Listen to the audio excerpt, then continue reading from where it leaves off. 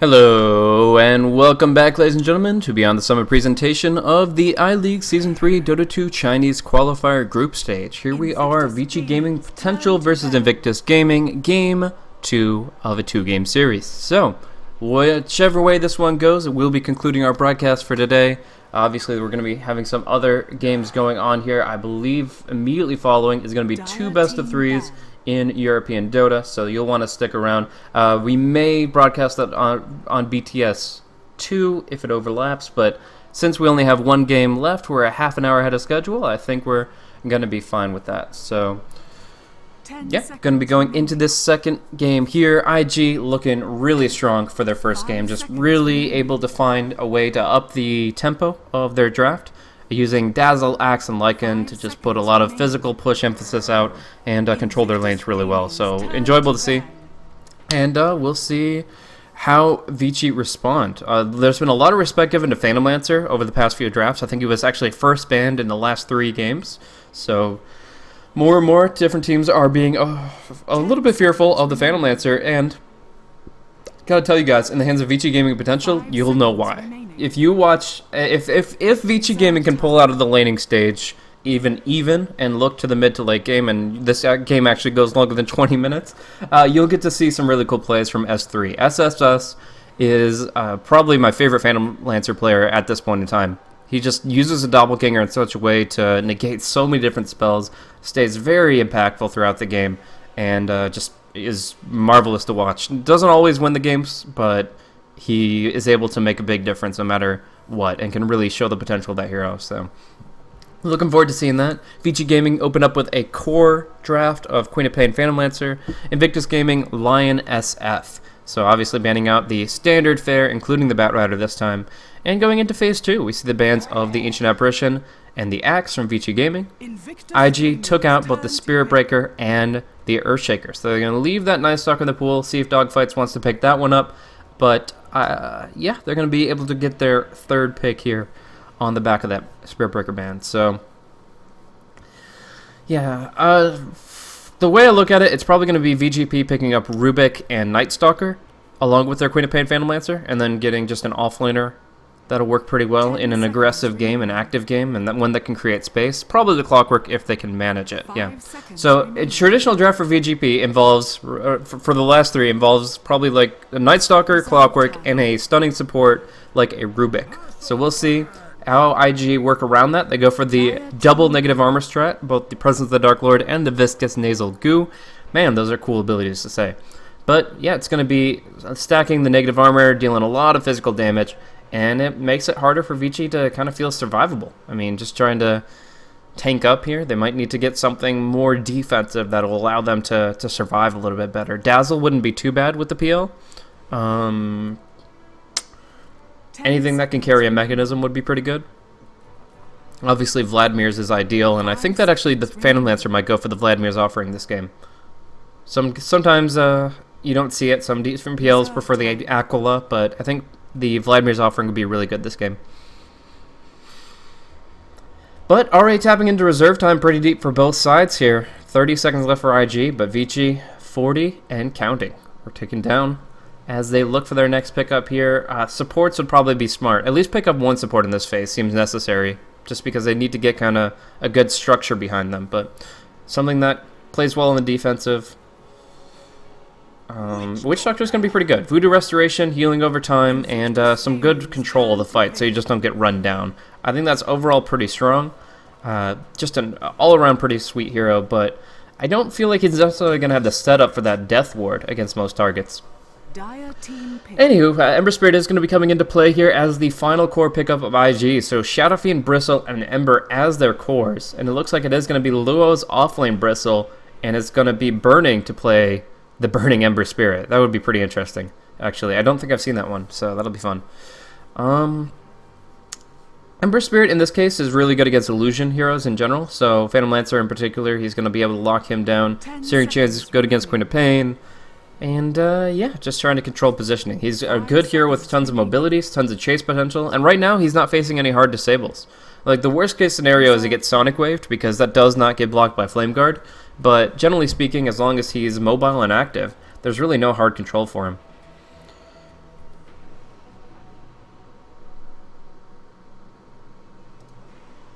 So we're going to see the Night Stalker come through for dogfights. No surprise there. Again, a stunning support along with the Night Stalker. That's their standard support duo. So along with Yang's off-lane Clockwork, that seems to be kind of what they're looking for. But I'm kind of thinking that they need a little bit more control than just a Clockwork. They're not going to get the chance to decide one way or another because Yang's Clockwork will be banned out by IG just to make sure of it. But again, I don't even feel it would have been that great of a pick this game. It's good against Shadow Fiend, but pretty weak against Bristleback and Ember Spirit in my opinion. Either way though, we will be seeing a off-lane pickup for the last. It's going to be safe lane Phantom Lancer, mid lane Queen of Pain. Again, I believe SSS will be running the PL this time. Though he has run a lot of Queen of Pain, but I think he's the better PL player for sure. Witch Doctor and Night Stalker, played by James and Dogfights respectively. And then we're going to be looking for that last off-lane pickup. Lina going to be banned out for IG. Obviously, they're looking for one more support to combo up with the Lion. The Earthshaker was banned out, the Lina, and the Ancient Apparition too. So we'll see exactly what they want to go with. Skywrath kind of seems to be a common pickup against the Queen of Pain here, and against the Witch Doctor too. But obviously, he has his vulnerabilities. He's not that great against PL and Night Stalker. So whether they want to go for like the Skywrath Mage or they want to go for a little bit greedier of a support that can actually do things towards the mid to late game, we'll have to see. Faith likes Tree and Protector too. I think that'd be okay in this game, preventing the ganks. Night Stalker and Queen of Pain, they would be ganking heavily on the SF, and the Treant would provide that coverage globally. He wouldn't have to play as reactively, he wouldn't have to be at the right place, just have the right time with that living armor. But they don't go for the Tree, they go for the Skywrath, and they want to put out more offensive potential against Queen of Pain, make sure Witch Doctor doesn't get off the Death Ward, that kind of thing. It's also early game good against the Phantom Lancer. Skywrath is really good locking down the peel before he doppels, before he picks up items. But once he has items, the Manta style, the Diffusal Blade, all of that will take care of that. We're going to see these last 10 seconds from VG.P tick down, and we're going to be seeing their last pick, and it's going to be the Tide Hunter. So that's going to be a good offlaner for Yang. It's going to allow them to take big fights if he's able to get his spells off. Sometimes you see them just, the Lion kind of get put in a corner, he gets hexed, he gets silenced. They can't kill him because of Kraken Shell, but they can just kind of delay that Ravage until it becomes irrelevant in the fight. But if there is going to be a Blink Ravage plus a Death Ward, there's going to be some really good fight potential for VG.P. Their ultimates are really going to be the important thing here. Obviously not for the PL, but for everybody else. And going to be going into the game. I think I might have a Dota TV issue. We'll see if there's any stutter stepping. It looks okay, at least for now. I might have to reconnect if it happens again, but for now, let's go through the rosters here. S3 SSS is running on the Queen of Pain. It's worth noting that although his Queen of Pain is really good, his PL, in my mind, is even better. But they still make the intentional decision to put Secret on that PL and make sure that their mid lane is going to be as good as it can be. The James Witch Doctor is going to be coming through here. Full consumables here. He has not a penny to his name, really. If you actually look at net worth, it should be, yeah, just showcasing that, yeah, he's not doing too much. 625, sure, but it used to be that these actually didn't even count towards net worth, and you could just see a support running at like 53 or 0 for a branch or no branches. But no, in this case, he does buy the full consumable set, but it does still showcase his what he's purchased. We're going to see dogfights go boots first on the Night Stalker. We're going to see Yang just go for 12 tangos. This is the ISSI strat. Just mass tangos, and they can't force you out of the lane. You keep on regenning. They're not going to kill you quickly. They kill you gradually, and then when you're like at half HP or less, they jump you. But if you keep your HP up with all the tangos, you should be fine. And he should. There's no way they really remove him from the lane as long as he's playing this one smart. So strong point for VG.P, what I would definitely say is their offlaner, as well as the playmaking potential of S3. And of course, their unique mentality with this Night Stalker. They love picking this up, using the darkness very actively, and trying to see what they can do with it. But we'll see how it works out. In the end, the bounty runes start off with a Queen of Pain picking one up, and the Shadow Fiend picking up the other. Your pretty standard Chinese mid lane pickup, getting the tangos out for Ferrari, and for SSS, he usually tries to use it for a quicker bottle. Sometimes he gets the salve if he needs it, but he seems to have pretty good coverage from James here, where the Ferrari is going to be forced off of the early creep wave and may be limited in his Necromastery stacks. At least that's the ideal. So early on, we're going to see some pressure come out from Luo here. Not that heavy. I mean, it's just Void and the Spirit Lance forcing him back. But Still, I mean, decent damage here. And actually, Skywrath is one of the better supports to zone out the Tidehunter, so that's another merit to it. I think he was more picked for the silence for later, but for now, he's actually really good against the Tide. Actually, the Tide wasn't even picked until after it, so they picked the Tide into this, knowing he'd be hit by a few Arcane Bolts, but they seem to be okay with it. The problem that's really hitting him more so than just the zoning is this pulling. He needs to contest this. He needs to pull these creeps away, but he's going to get stunned out, hit by an Arcane Bolt, and he's not in a good position here. He skills up the Kraken Shell, just in case that's what would be causing him difficulty, but he's going to take a lot of damage here, even if he doesn't go down, which he might. If the Kraken Shell pops here, okay, it's going to actually just be the Earth Spike. One more Arcane Bolt, 2 more right clicks, and he'll go down. That was, like I said, he wants to contest that, but just because you can doesn't mean you should. And in this case, it does cost him his life. Mid lane, pretty big hit trade coming in between Ferrari and S3. S3 not able to keep Ferrari down for long. He's already up to 6 and 3 on last hits. That's 9 Necromastery stacks. And it is going to be me reconnecting to the Dota TV. Sorry about that. But this perfect world not always wants to play ball, so sometimes you just gotta do a quick reconnect on it. Should fix it from there. Though those in Dota TV may need to retoggle their audio channel. Alright, we seem to have fixed things a little bit. Queen of Pain's a little awkward, but now her animations are fixed. So, back over to last hits. Looks like we didn't miss anything as far as kills go. Just a quick hiccup there on the feed.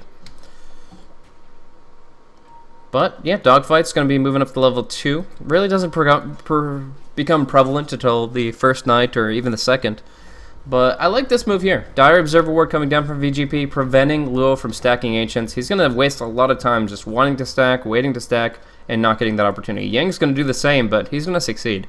So that's where the difference lies. Well, I would say he's going to succeed. It looks like Cheesebug might be messing with him a little bit here. He'll see it, and he should be able to prevent it too. Yeah, Yang doesn't even try. He's just going to fall back. Courier coming out, bringing the bottle to Ferrari. Here at the 3-minute mark, we'll see some upgraded crows, but no bottle crowing needed for Ferrari. He's in a good spot on this lane. So, just good movement from IG supports early on. I think that Lion and Skywrath so far have just defined how the lanes are playing out pretty well. Obviously, free farm for Burning. He's topping out CS 20 and 14. And the Shadow Fiend's winning out on the Queen of Pain, just edging him out by a couple last hits. So, doing pretty well there. But the offlaners are getting absolutely nothing. And let's just compare those two directly. Looking at experience per minute, Yang is sitting at 40 experience per minute because of all these pulls, all the pulls coming through, and the Creequilibrium being stuck here. With the hard zoning Skywrath Mage forcing Yang back, he's still going to be sitting at level 1 for a very long time. And also look at the experience per minute of the Bristleback. He's not doing great, but it's still 3 times better than the Tide. He's actually approaching level 3, and he pulls the Creep Wave away, which is great. Might actually be stolen. He has to keep aggro, otherwise they're going to go to the neutrals. It looks like some of them will go to the neutrals, some of them will come with him, and he's more worried about himself at this moment. He's taking a lot of damage. It's nighttime. The Void lasts so much longer, and they are able to bring him down. Oh, boy. That Void at nighttime goes from a 2-second slow to a 4-second slow. And that just means he can do nothing but run for his life, and slowly at that. So good staggering of the slows. Void into Spirit Lance into Void, and they get that kill. We're going to see towards the mid lane, poke and a prod from James. Just trying to show faith who's boss, but really not much accomplished there. We're going to see the stacking coming in from Yang. This time around, it should be successful. No Skywrath Mage to ward him off. And Cheesebug will just take care of the trolls for now. Double stacking the central hard camp. Bristleback can kind of rebound off of that, or maybe the SF or Ember can clear it out. Both having... all these guys have really good AoE abilities, so they're in a pretty fine position here. Alright, looking towards the Ancients, we do see this nice little Observer Ward placed out. See this more and more frequently. You just stand on the hill, you place it. It's a lot less likely to be dewarded because they won't see it, but... it is still there.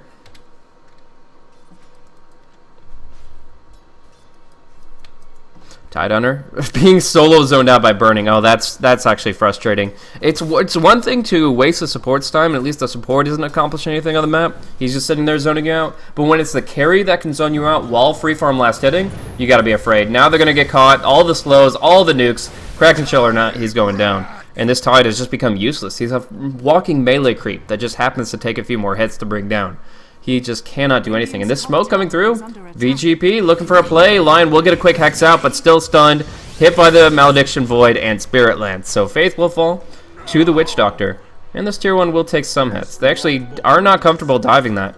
They are absolutely not comfortable going past that tower, but looks like Secret's going to do it anyways. YOLO. Stout Shield. Basilius. He takes a few shots and he's okay. Meanwhile, down bottom, at Burning, he did exhaust a decent chunk of mana to go for that kill earlier, so Yang is actually going to get to level 2, guys. Oh my gosh, level 2 Tide Hunter. 6 minutes and 23 seconds. Count it. Well played. No, it's actually just, it shows how uncomfortable Yang is on other heroes other than the Clockwork. He's been playing this as best he could, but he just doesn't get to do anything if he's not cog blocking. Like, if you use the power cogs and pull it back, you actually limit the support's potential to suppress you like that. But because he doesn't have power cogs, he's really just caught out constantly, and Burning gets another kill.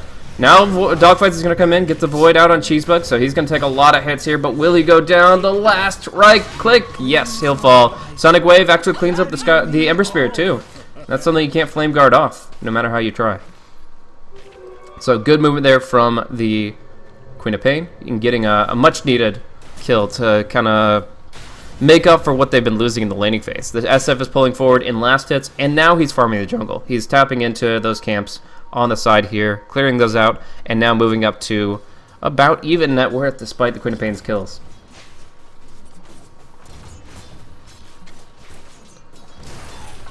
So the Tide is literally leeching experience from the mid lane at this point. He does not feel safe to go all the way out here. His wave is pushing hard. Burning's going to farm that up, and he knows that with a full mana bar, Burning can slay him at any point in time. This Tide is just going to, I think, have to go jungle. Like, he wants the ancient jungle, but it might just be the regular jungle for him since he is still just so low level. Because 0-2-2, go into the dire jungle and see what you can find for yourself. These ancients are going to be a long way off. Dire's middle tower is under attack. Luo on the top lane, finding a little bit of farm here. He's level 5. He's going to get that at least tier 2 boots at a pretty good time, but he wants that siege creep, and he's going to take a lot of harassment for it. Bristleback passive should keep him up, though, and Secret will go for the dive. Who will go for the dive, though, is that Night Stalker, if that Radiant Observer hadn't scouted him out.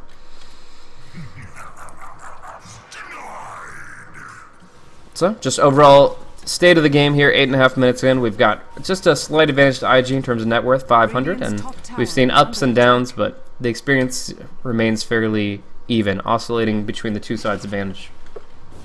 Early items, we're going to see Ember Spirit, of course, go for the Charms of Endurance, pretty standard from him. Just a good item for stats in general. And then, yeah, he's even creep cutting right now because Yang can do absolutely nothing to stop this. He will at least get experience from the creeps dying under tower, so that's something. And at level 4, he can actually do some jungling. But although Faith and Cheesebug will attempt it, there's no Hex into Silence to bring him down.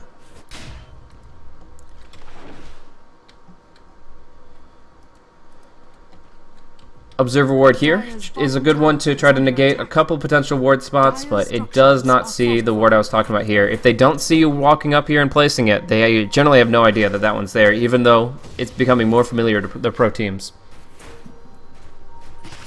Tier 1 tower under some pressure here. It's going to be the Vladimir's. No, Aquila actually picked up for Secret. He can still disassemble this for later, but at least for now, he's going to go for that Ring of Aquila. It's a pretty cheap pickup, but I really like the idea of +5 armor to the team in this case here. The +2, it's nice, but the Vladimir's offering just gives so much more against the Bristleback Shadow Fiend, I think. But we'll see for now.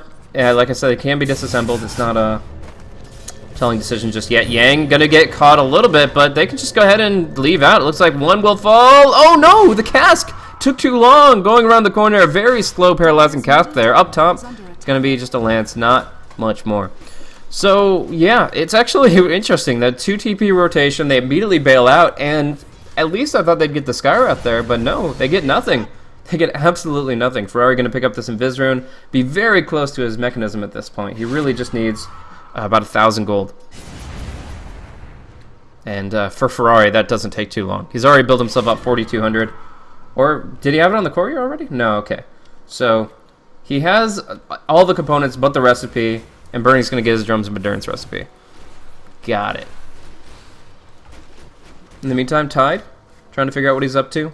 This Sentry Ward kind of doesn't seem necessary to me, because I don't think they're worried about Yang finding all those Ancients for a little while, and the Bristleback could even try to steal him. But it's just kind of a precautionary thing, make sure it doesn't get too big, in case he does end up picking it up for himself. Ah, Ferrari farming fast. The Phantom Lancer farming a little faster, though. He's top of the net worth, and like I said, Treads Aquila is his opener. We'll see if he goes for the Mask of Menace build this game. Mask of Menace, really good for jungling, and then decent in the fights once you've gained a bit of an advantage.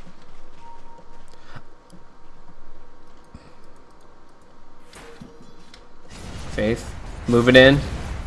Just forcing S3 back just by his presence. If he gets in for the Hex, then that's an automatic kill, but they just want the last guy on the tower, and it's not going to be denied. Oh, so close, that last projectile. If the Queen of Pain stood like about 100 units closer to the tower, just moves up a little bit there, the projectile hits faster, but she's afraid of the Lion. The Lion just walking in and hexing her, and her getting killed off. They are going to see the smoke movement here. Cheesebug and Faith making their move, and it looks like it's going to be on Yang the Tide. They're going to ward it. They're going to see it now. Get the intel. See the... Oh, Darkness. Suppressing it. They don't actually know anything. Darkness is actually doing a lot of work right now. That debuff won't last much longer, only about 15-20 seconds, but they probably would have gone for the Tide if they had seen him, but the Darkness suppresses that ward vision so that you can see very, very little right now. We're going to see the movement here, though. James and S3. They could catch him out, but at least for now, it's so hard to gank with Darkness in the Smoke of Deceit. I actually feel like that's the worst time to go for it, but they make their attempt. Faith and Cheesebug find nothing, and they'll probably just place the ward behind the Tier 1 tower here. So there we go.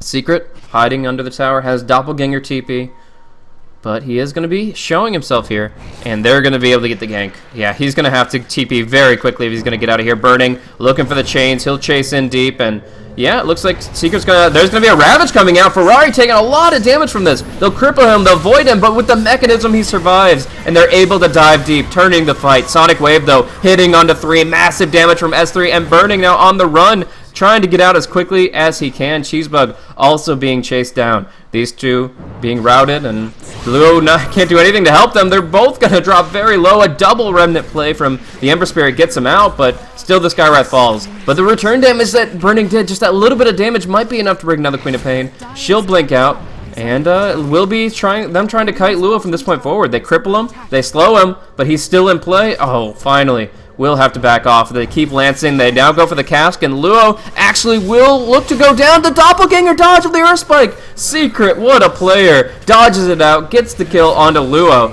and the Lion goes down too. Now the Death Ward channeled from James, canceled by the silence of the Skywrath, and they're going to chase down Dogfight. TP away from Secret, but they want the kill on either of these two heroes. It looks like the Witch Doctor is going to be the one they claim.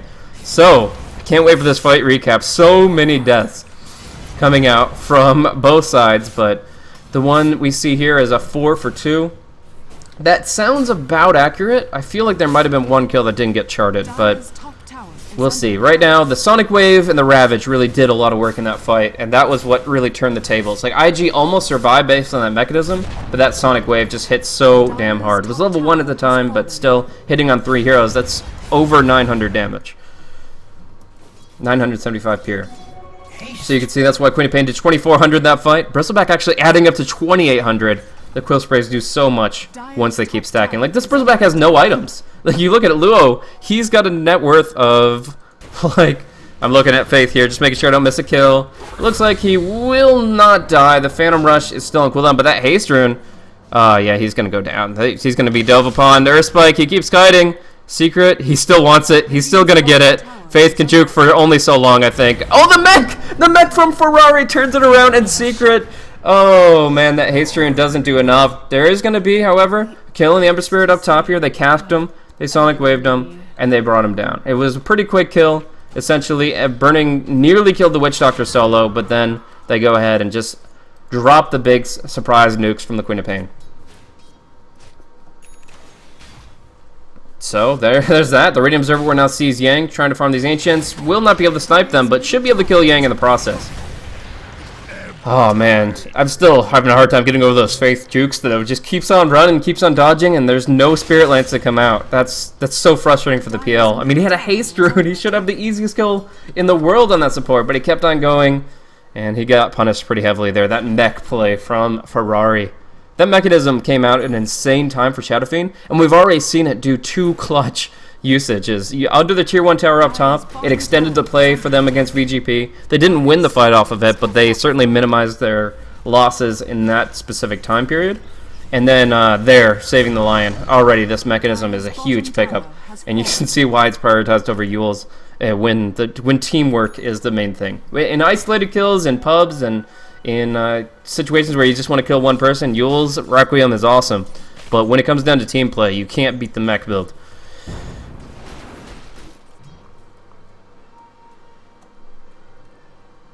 Surprise, it's BL. No, that was...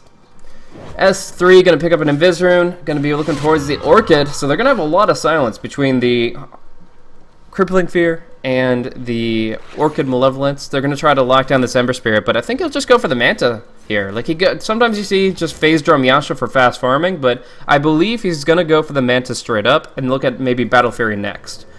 In this position, look at the items. No, he goes... Oh, these are just random like TPs and stuff. But yeah, I think he'll go for Manta next. Because then he can break out of the Orchid or the Crippling Fear. And Yang is actually going to go for a mech build on Tide. A little bit outdated, considering how mana intensive this hero has become. But looking down bottom, attempt to sneak attack on Luo, but they're trying to make him feel safe and comfy. They're saying, oh, there's just a Tide here. It's no problem. Farm against him. Fight him. No problem. But looks like he's not going to fall for it. He's going to fall back. He's got that Vanguard and that TP, so they'd have to commit a lot to actually bring him down. Smoke is fresh, though. They're going to go on the hunt, and it looks like they should still be able to get this kill. It's just got to be about timing and their approach. Right now, IG, they have a lot of distance between them and Luo. It looks like we're going to have Cheesebug come in to try to help, and Luo's fast enough with the Warpath times 4. There's the Spirit Lance Void. That's going to be him getting caught out. Took a little bit there, but he does go down. Can they go for objectives off of this, though? Tier 1 tower, Roshan, all tempting, but I think you'd need like a double damage rune spawn at 18 in order to get the Roche. They get the DD rune spawn, but they're just going to go for the tier 1 tower. That's a much easier objective to take here. Burning, though. Farming up top, pushing pretty heavily on the tower, too. He gets support. They're expecting a TP rotation. They just want, like, the Night Stalker Queen of Pain to jump on them, and that's where they'd go and turn it around. But it looks like they see 3 to 4 bottom. They're like, okay, that's not happening, and they're going to go ahead and start pushing more heavily. So they forced Yang back. Radiant's bottom tower has fallen. And it looks like a server lag, as I got a hiccup there, and I think they're lagging a little bit here, too. But yeah, Yang... Dogfights, James all rotating, and PL is left to finish off the tier 1 with the help of the Queen of Pain. Both of them have TPs, so this could be an engagement up top, but I think IG are just going to look to back off. They only have 4 heroes here. They know that there's a potential 5 oncoming for VG.P, so they don't want to fight into this. So, right now, 3,000 net worth in favor of IG, but experience is currently the way of VG.P with their 3 extra kills. That top lane fight is a very defining aspect of how this is played out. Yang, can he get the Ravage off? No! Too much burst damage to get the Ravage out. That's a huge deal. A Sonic Wave Scream only hitting on Faith. And they're very tentative about this approach. Man, they just dropped so much on the Tide. 2 big ultimates, a lot of big nukes. They feel like they have to make up for it by taking a fight while that stuff is on cooldown, but honestly, I don't see how they can. Now that Luo's here, they've got all 5. Looks like Faith will fall back to farm out the bottom and get his Blink Dagger, and the rest taking the tier 2 and controlling the jungle. So just fighting really well with what resources they do have. IG are really taking control of the map now. Faith with that Blink Dagger is going to be extremely scary to deal with for any of these heroes. And of course, they still are kind of putting out pressure towards the mid and top. VG.P can't farm their jungle. We've seen that they can't farm their Ancients. It's just really hard. And Secret's still banking a lot of gold here.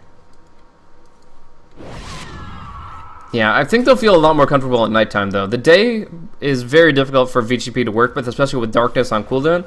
Once they have both the darkness and the nighttime on their side, I think they're going to feel a lot more comfortable taking aggressive fights. They're going to have to farm for a little bit, though. They need that mechanism on Yang. As mana intensive as it is, so it pretty much nullifies his chances of getting a refresher orb. He needs to farm pretty heavily here in order to really make it happen. So nighttime comes out, darkness potentially in 10 seconds. We'll see when he chooses to use it to suppress the vision of IG. For now, though, they've got an aggressive observer ward inside the jungle, now one on the bottom rune, and they've had one on the top rune for a little while now. So they really focused on covering their jungle and the top rune area, and that worked fine. But now they're going aggressive. Now they're going into the Radiant jungle, into Roshan, and that's where you want to be at the nighttime here. 20 minutes of the game, this is the time Night Stalker really starts to make or break your draft. Like, if he has a good night around the 20 to 24 minute mark, then he's going to be able to pull ahead with an Aghanim Scepter and get all that vision and just race around the map getting kills. But as it is right now, IG are playing passively, they're playing together. You can't isolate targets that are running around as 3 or 4 or 5. So here we are. BKB up for Ferrari, Blink up for Faith. A lot of reactive tools that make it very difficult for VG.P to take anything positive. Burning, going to be farming up, has the same items as before. And as far as Smokes the Deceit go, one in stock for VG.P. And that's about it. IG have exhausted all theirs, but it's for a good cause. They're going to sneak into the rush pit here. The smoke, it does not break. If they go right here, maybe it breaks. But because IG are positioned in the western half of the pit, the smoke doesn't break and they don't know. They walk right by. They're looking for Burning, but he's just kind of baiting around. He will get hit by the Orchid, but if he doesn't get hit by the Cripple, he's fine. 2, 1, and he gets away just barely. Breaks down the trees in the process. They'll blink after him, but he just keeps running. Aegis falls in favor of IG. They claim it for the Shadow Fiend, and the Ember dodges away. He buys his Manta Style, and at that point, that clutch moment, VG.P lose all of their potential momentum in this game. Now Faith goes in. Earth Spike coming down. There's going to be 2 TPs away. They'll only lose the Night Stalker, but it's a Night Stalker during nighttime, losing his precious moments before daybreak. And that's ending a killing spree for Lion as well. Like, this literally just... it seems like such a small thing, what just happened, but it actually completely gives the game to IG unless VG.P pull an upset now. Because they're purely on the defensive. They were looking to take a fight in this time period, and in the end, not only do they not get a kill on Burning, who is able to slip away and buy the item that makes it almost impossible for him to be killed now, but they also lose out on the Roshan just from a sneak play from IG. They lose their last smoke to completely surprise and catch unawares VG.P. They get the Aegis, they get all that golden experience, and they get a kill on the Night Stalker. So 1 minute left on the clock for nighttime. And the darkness cooling down. They'll extend it by 50 seconds or just save it for when they need it, but this Night Stalker needed to hit 11 based on what happened tonight, and it just didn't. Dogfights is now really far behind where he should be, even as a support Night Stalker. BKB and Manta being up on their cores, IG are feeling very confident right now. They will lose the top tier 1, PL will split push that out, but they're not going to be able to hold on to their bottom tier 2, and Lou is going to force people to TP back home. He's going to pop the region rune. They're going to march right up to the tier 3, and you don't want to glyph right now because this glyph won't be refreshed. There are no more tier 1 towers to slay, so you don't want to glyph it, but you have to rotate everybody back and force them out of your base.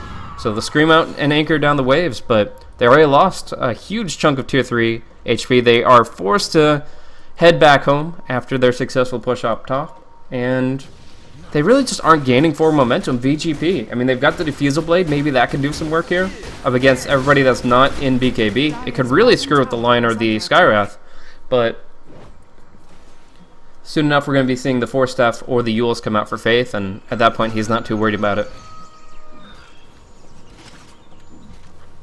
And the Battle Fury for the Ember Spirit after the Manta Style, as I mentioned, is going to be pretty much the last thing Burning needs to feel like he's in a game-winning position. Radiant Observer Ward's pretty deep too. Oh, I didn't even notice them placing these. These are actually coming out from Faith. Getting a ward out in this position as well as this one. This one did actually, has been sitting here for a long, long time. Will be expiring. But this one here, giving them so much intel they wouldn't normally have. It allows them to siege down this tier 2 no problem. And anytime VG.P leave their base down middle, it's going to be very clear to IG unless Darkness is in effect. This ward is actually pretty useless if Darkness is in play. Like, it only helps if they're going up this ramp here. But when it's daybreak, it is perfectly fine for them to make the aggressive stance here and maybe look for an Invis Requiem pickoff. It is only a level 15 Shadow Fiend. Looking at levels real quick, we do see that nobody is level 16 yet, but he's still going to go for it here, and he's going to get it too. On to Dogfights, one-shots him, and the right-click raise to bring down the Witch Doctor. A double kill Ferrari, marching right up to the high ground, knowing that they're in a 3v3 position, 4v3, with Luo coming in now. Gonna do some good damage to Yang. They will actually get the kill, like if he doesn't pop the mechanism. He does actually heal himself up, but yeah. Cheesebug taking some hits. Diffusal Purge. Nice move from Secret. He has the Doppelganger to get to the high ground into his base. Luo, oh, he's going to be pursued. Burning connects, but he purges himself. Good Diffusal usage here. Purges off the Searing Chains, but now Burning in the base. Ravage going out on only Luo. He whiffs one. Ferrari takes the hit of the Sonic Wave, but he has the Aegis. So they'll kill off Ferrari. They kill off Luo, but one of those is coming back. It's got to be on Secret to force them out. He's got to get some good damage out with his illusions. But Ferrari pops the BKB, falls back, and it looks like that's going to be the end of the fight. They're going to have to pursue really deep in order to kill off Ferrari here. Needs the Shadow Strike to connect. No, it's going to be Faith with the two-man Earth Spike, and now they go in. The Death Ward immediately canceled by Burning, and Ferrari now getting caught out by that Diffusal Blade. Oh, just using Diffusal Blade back-to-back. Secret is actually allowing them to take these fights. Oh, man, that was so close to being a really clean disengage from IG, but they stuck around just a little bit too long there, and now we see the 4 kills going the way of VG.P. And they needed those kills. They needed them badly. 2,000 experience going the way of the Phantom Lancer as he does 3,400 damage to that fight. Never underestimate the PL Illusion damage potential. Those Diffusal Blade gives him the 25 physical damage plus mana burn. And here we go, Luo, all by himself here. Gonna get purged, gonna get lanced, gonna get slowed down, but can he actually survive long enough to start forcing them into a baited scenario? No, there's no Shadow Fiend to turn this around, so honestly, an odd TP. But in the end, they just take the tower and they walk away. Now, you will notice that Secret has actually been chewing through his Diffusal Blade very fast. You start off with 8 charges, is that right? It actually doesn't say. No, it doesn't tell me. It's either 7 or 8 charges. I think it's 8. So, in that context, he's burned through 4 or 5 very quickly, and most of them was just in that base fight. He used 1 offensively, killed the Skywrath, 1 defensively, purged the chains, and then 1 to chase outside the base to obviously pursue down the mid lane. So 3 back-to-back charges. Now he's down to 3 remaining, and he's just going to go ahead and pick up that second Diffusal Blade recipe. And while it's great that you can restock the charges, you have to remember that there's no such thing as a level 3 Diffusal Blade. You can't just buy the recipe to refresh your charges either. You have to buy a brand new Diffusal to do that. So he's got 8 uses left, and then he's going to be completely out of that heavy, high potential mechanic. I mean, it's not bad to upgrade the Diffusal Blade. It's great stat gain, up to 35 agility. That's huge for your illusions.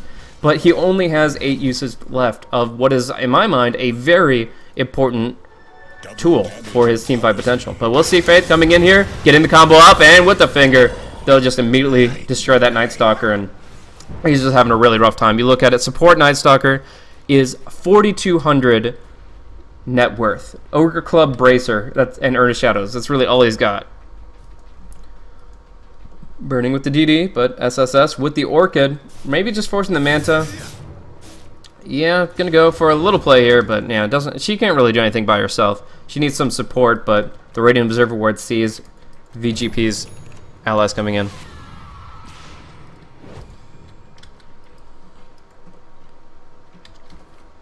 So let's look over the golden experience graph after that last big fight favoring VG.P. They're able to bring it back a little bit.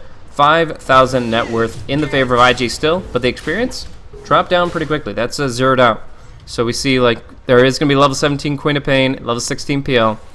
Just and level 11 honestly is perfectly fine for Witch Doctor and Night Stalker. They don't want more than that. Night Stalker really needs items, but he doesn't really need that much more in level. 16 is a luxury for a support Night Stalker.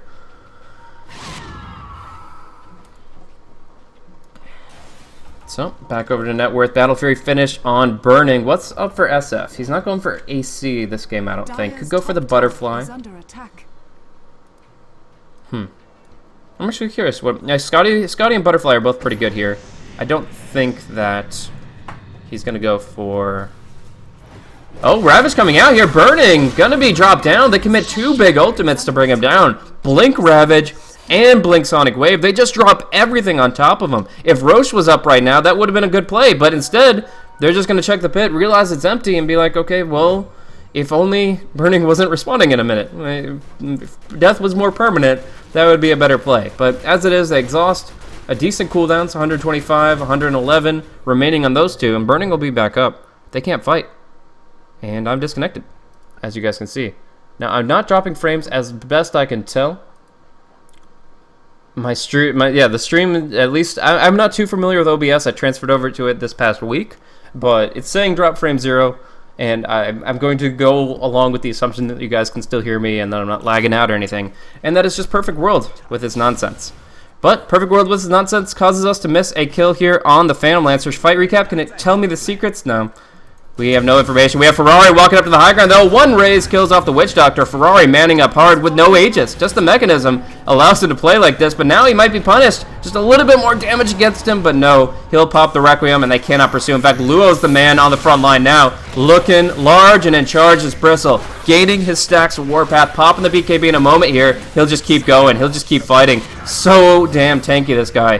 Bottling up. He is able to get 1 more kill on top. That's 3 kills for absolutely nothing. But we don't get to know about the PL of death. I'm assuming he just got caught out by... I mean, they don't have Yules. It's hard to say. I mean, apparently they just brought enough control that he couldn't actually escape with his Manta or his Doppel. They probably just bursted him down too quickly with the Finger of Death. Server problems. Some games have it.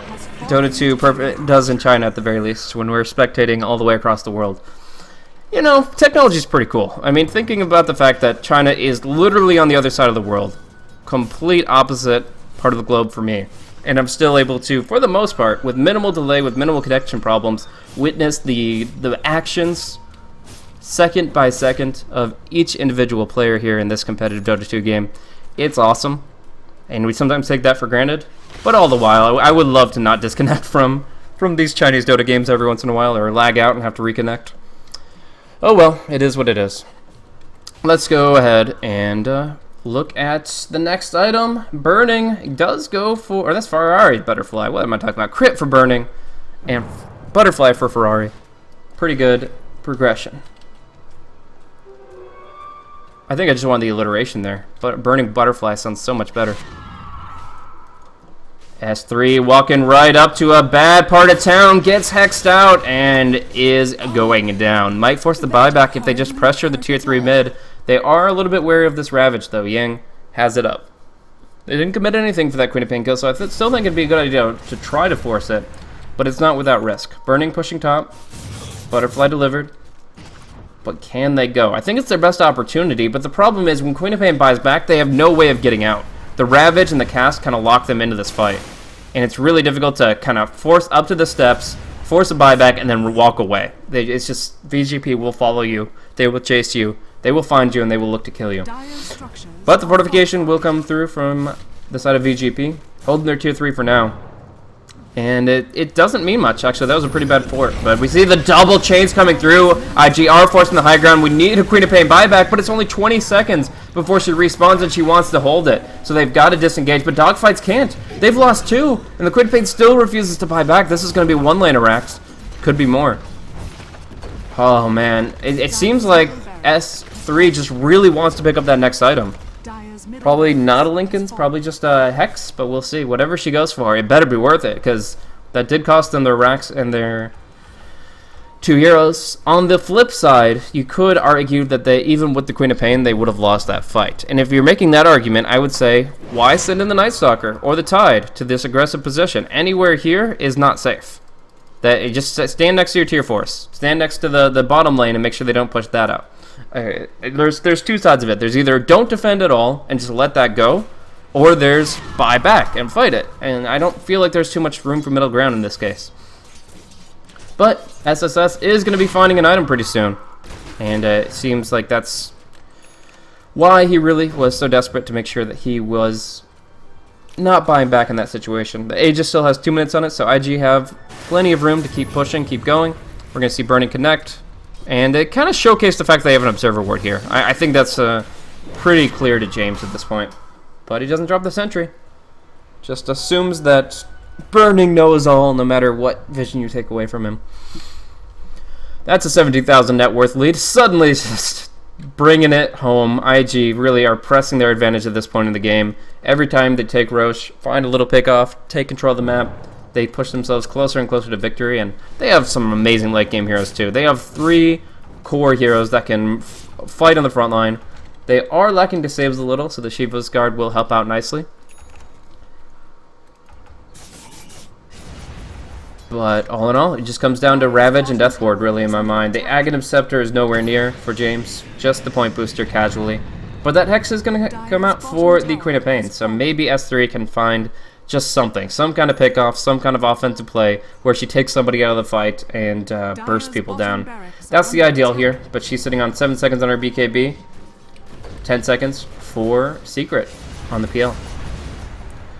Might be the last fight of the game here, guys. They're kind of priming for it. Ferrari on the front line just doing good damage to Rax, but now he's going to be hit. I don't know if they have the Force Staff to pull him out. The Faith certainly does, but there's a Ravage to lock him in. He pops the BKB, goes for the fight, but there's a Doppelganger dodge, and they're still crushing on top of him. The Death Ward comes out. S3 with a great Sonic Wave, but it's not enough. They're so far behind that all these spells landing perfectly just doesn't matter. Burning chases them all down and finds a Rampage in the end. Oh, what an incredible showing from IG. They're able to just stand their ground, fight it out, and with that massive farm advantage by controlling the map, they're able to close it out here 36.5 minutes in. VG.P, they did their best, but they had some real weak points in this lineup here. First and foremost, the Tide being stuck at level 1 and 2 for so damn long and unable to really do much with it. Ancient Creeps. He ends the game 0-9, 258 GPM, and his experience only 300. Like, he didn't even get to level 16 this game. And, I mean, he did get 8 assists. He still got involved, but he could have contributed more than just the 17 kills that they got here if he was active sooner. If they had a Ravage before Mechanism, for example. I guess that's probably the best way to state it. Tidehunter didn't Ravage until the mech was up already for the Shadow Fiend. If the timeline was different, I think Yang could have made a really big impact this game. But as it is, IG has just sent it home against VG.P. And that puts them at a 4-win, 2-loss setting for this group stage here in iLeague China. So thank you guys so much for tuning in once again to Beyond the Summit. Happy to be able to broadcast these games here. I am Blaze. If you enjoyed the commentary, look me up on twitter.com/blazecasting. And going to be looking forward to doing some more casting here in the near future. Got things planned same time tomorrow for iLeague, and then got a lot of casting planned for the weekend here. So hopefully you'll join me then. Same channel, or yeah, all of it should be on BTS1. Either way, check out beyondthesummit.tv to see all of the streams from BTS. And I'll be here 7 to 11 Eastern and 4 to 12 Friday and Saturday respectively. And yeah, just hit me up bright and early in the morning for those in the Western Hemisphere. For those in the East, around the early afternoon. But thanks again for tuning in. Once again, IG take it 2-0, and that's going to wrap it up for us today. Really appreciate your viewership, and I hope you guys enjoyed. Gonna be heading over, should be still on BTS1. Cuddle Guy is gonna be bringing you guys East Portal Europe, and we're gonna be going into that in about 45 minutes. So in about 45 minutes, East Portal is gonna be bringing you European Dota. I think Rio Boris is co-casting for the first best of 3. I'll be joining him for the second one, and you guys can check it out there. BeyondTheSummit.tv. Once again, thanks, and you guys have a great day.